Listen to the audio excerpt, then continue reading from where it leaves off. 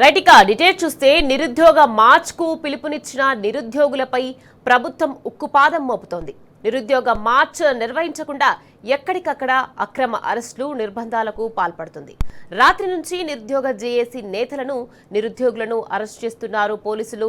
ఓయిలో నిరుద్యోగ జేఏసీ నేతలను ముందస్తుగా అదుపులోకి తీసుకుంటున్నారు. అదేవిధంగా హైదరాబాద్ కు జిల్లాల నుంచి నిరుద్యోగులు రాకుండా పోలీసులు అడ్డుకుంటున్నారు. నిరుద్యోగ జేఏసీ నేత రవిని ఆయన స్వగ్రామమైన కొడంగల్లో పోలీసులు అరెస్ట్ చేశారు.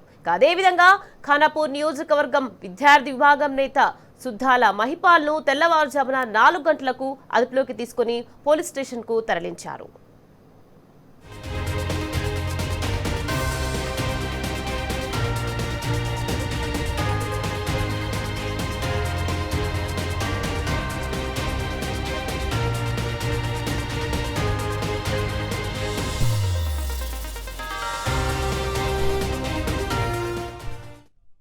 సంవత్సరాలు అయిపోతా ఉంది.